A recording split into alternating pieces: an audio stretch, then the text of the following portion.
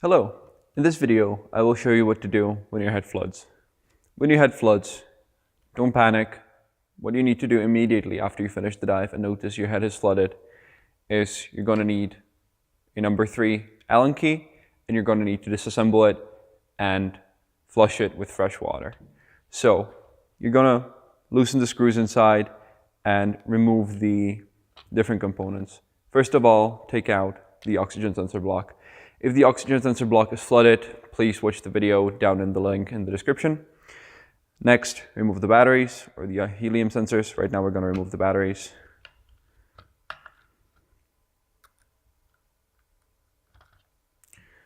The first one. And the second one. Then you're going to remove the 2 helium sensors.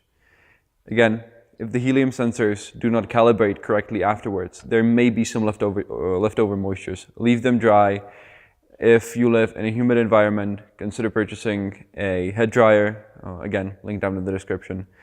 Then you're going to want to remove the pressure sensors, though that is not really necessary. If there is some residue on them, remove them.